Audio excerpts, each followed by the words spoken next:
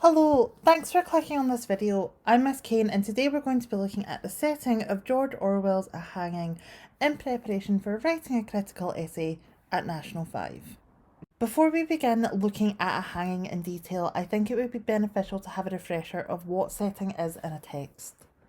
Setting is the time and place where a text occurs. It can help set the mood, influence the way characters behave, affect the dialogue, foreshadow events, invoke an emotional response, reflect the society in which the characters live, and sometimes even play a part in the story. It can also be a critical element in non-fiction, as the setting provides the framework for what is being discussed. With that being said, let's now turn our attention to the larger setting of A Hanging. As we know from the previous video in this series, A Hanging is set in Burma in the 1920s, when Burma was colonised by the British. I think it's beneficial if you have a brief overview of the history of British colonisation in Burma. The British viewed Burma not so much as land that they definitely needed to control, but as a market they needed to capture and as a backdoor to the lucrative trade with China due to its geographical location. The British made Burma a province of India in 1886 and instigated far-reaching changes to the country's makeup. Resistance to British rule continued into the Northern Territories until 1890, when the British finally destroyed entire villages in order to halt guerrilla activity. Burma is sometimes referred to as the Scottish colony, owing to the heavy role played by Scotsmen in colonising and running the country, one of the most notable being Sir James Scott. Here, as elsewhere in the British Empire, divide and rule was a characteristic of British governance, with certain ethnic groups being favoured over others, creating a clash of loyalties. We'll begin our specific analysis of the text by looking at the weather that is present. When studying the weather in a text, it is essential that you use the term pathetic fallacy.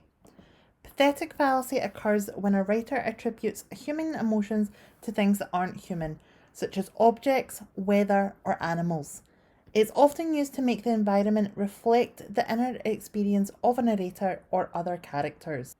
For example, if a writer mourning the death of a loved one writes that the flowers on the grave drooped in sadness, this would be an example of pathetic fallacy, since the flowers do not, in fact, feel sad.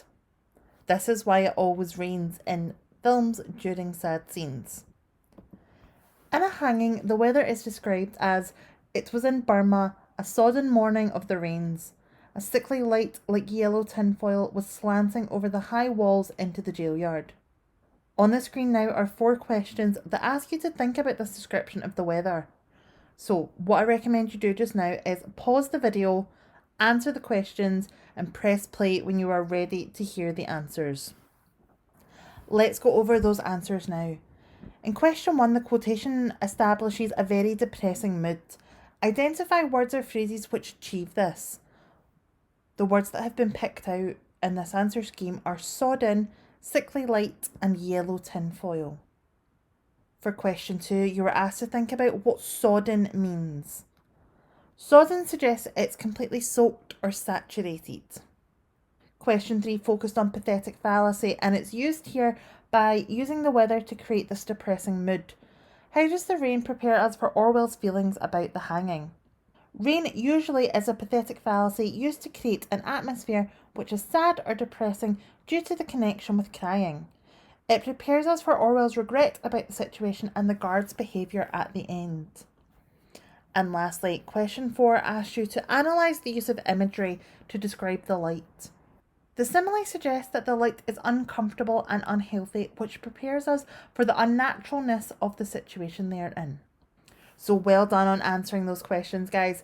However, the aim of this video series is to prepare you for writing a critical essay. That means you need to be able to put all of this together into one continuous paragraph. Now let's look at how this can be done. We'll read through this example first before breaking it down into its various components, so hopefully it doesn't seem quite as terrifying. The opening lines of Orwell's essay immediately depict a vivid image of the setting, which foreshadows the awful conclusion and creates sympathy for the prisoners. In the opening lines, Orwell uses pathetic fallacy to create a sense of the bleak, depressing prison. It was Burma, A sodden morning of the rains, a sickly light like yellow tinfoil was slanting over the high walls into the jail yard. The mood of these lines is very fitting to the event which will later take place, a horrible, miserable day on which a gut-wrenching macabre task will be carried out. The word sickly suggests not only the notion of decay, but also the idea of something being ill or wrong. The simile also suggests that the light is uncomfortable and unhealthy, which prepares us for the unnaturalness of the situation they're in. Moreover, this use of pathetic fallacy is used to illustrate the sadness, foreboding, and imminent tragedy, all of which are apparent here. Let's break this down into the various components needed. We start off with an opening sentence to let the marker know what our paragraph is going to be about. We're clearly looking at setting, and we've highlighted this right at the beginning of our paragraph with the phrase vivid image of setting.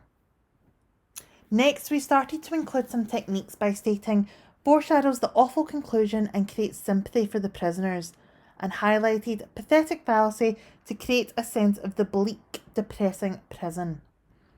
Once again, we have done this so that our marker knows what they should be expecting to be analysed in this paragraph. Next, we include our quotation. It was Burma. A sodden morning of the rains, a sickly light like yellow tinfoil was slanting over the high walls into the jail yard. Please remember that when you are including quotations in your critical essays, that you remember to put them in quotation marks. Then we would need to move on to putting our analysis together. We need to alert the marker to how this weather foreshadows what is about to come. A horrible, miserable day on which a gut-wrenching macabre task will be carried out. This highlights that we know the weather is being used to foreshadow the eventual hanging by comparing this horrible, awful weather with this horrific act that is about to happen. It can also be helpful when analysing to look closely at specific words from the text. For example, let's look at the word sickly.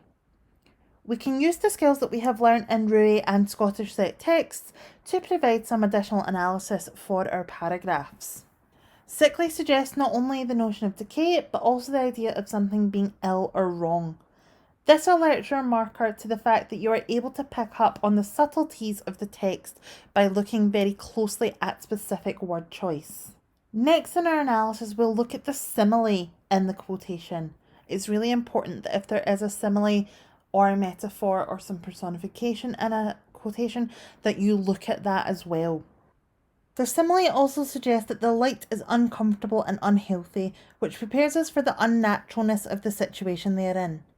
Once again, you are letting your marker know that the weather in this text contributes to the overall uneasiness present within the story and how it establishes that something horrific is about to happen.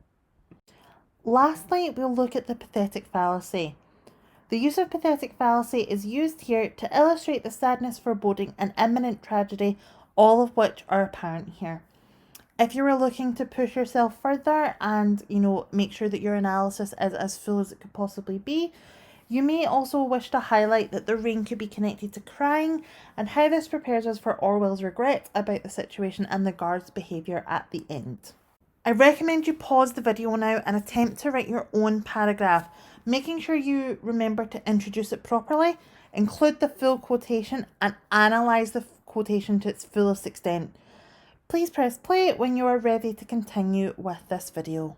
The other area of setting that we'll look at in this video is the prison itself.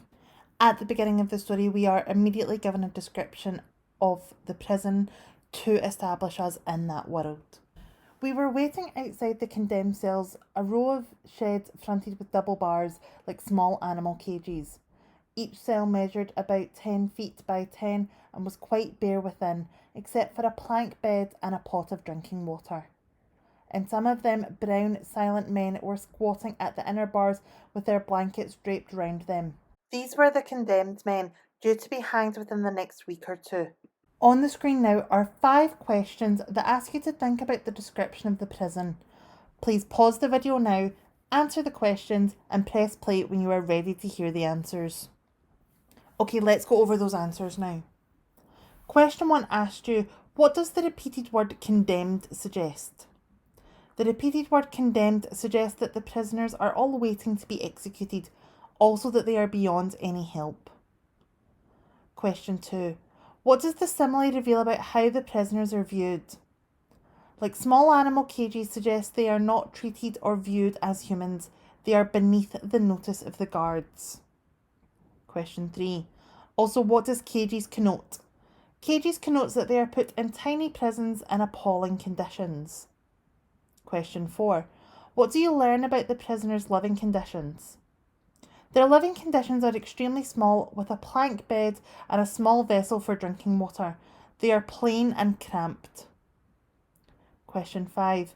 What does silent and squatting suggest about the prisoners?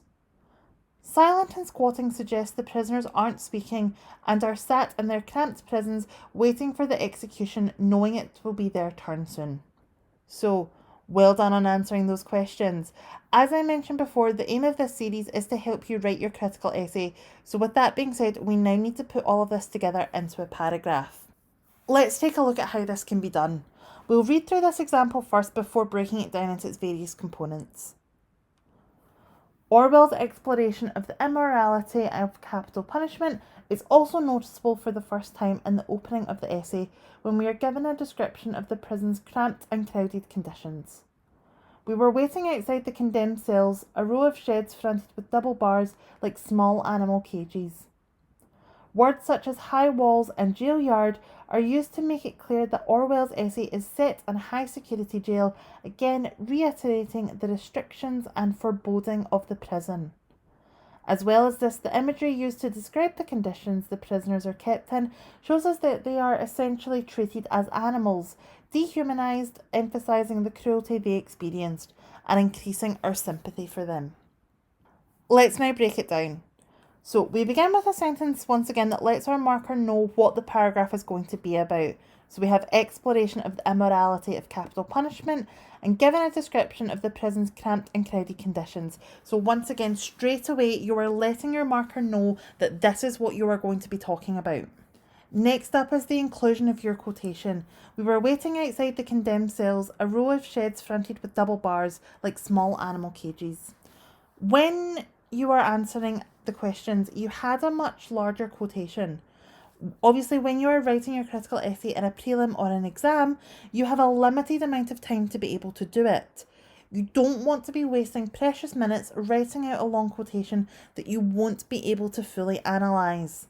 You're much better off choosing a short quotation that you can say a lot about, rather than a long quotation that you won't have the time to fully analyse. Again, we're going to deploy our RUE skills to look specifically at high walls and jail yard. This clearly establishes the setting because it shows this is a high security jail and it reiterates the restriction and foreboding of the prison. Once again, you are letting your marker know that you are aware that this is a place of limited freedom and ability for movement for the prisoners. Lastly, we'll turn our attention to the simile like small animal cages. This is used to describe the conditions the prisoners are kept in. This illustrates that they are essentially treated as animals, dehumanised, emphasising the cruelty they have experienced and increases the reader's sympathy for them. This lets your marker know that you are aware of how the setting contributes to your overall analysis of the text, as you are aware it has impacts on the way the characters view each other within the text. Again, I recommend you pause the video now and attempt your own paragraph, making sure you remember to introduce it properly, include the full quotation and analyse it fully. Press play when you are ready to continue with the video. In a prelim or an exam, you would only write one paragraph on setting, and so you would put all of your analysis of the weather and the prison together into one continuous paragraph. This would ensure you achieve the maximum amount of marks for your analysis and would look something like what's on the screen right now. Remember, you have a limited time, so it could be a worthwhile exercise to go through this paragraph on the screen and identify which parts you absolutely must include and which parts would it be okay if you forgot to mention. Thanks for sticking with me to the end of this video. I know this one was a little bit longer than the previous one. Hopefully this has clarified some things about the setting of a hanging and has made you feel more confident for your upcoming prelim or exam.